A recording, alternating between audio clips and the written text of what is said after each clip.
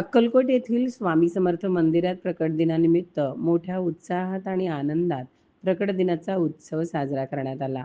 यावेळी भक्तांनी पालखी सोहळ्यात आपला सहभाग नोंदवत प्रसादाचा आनंद लुटला. चिमुकल्यांनी कीर्तन, भजन सादर करत यावेळी आपली भक्ती वाहिली.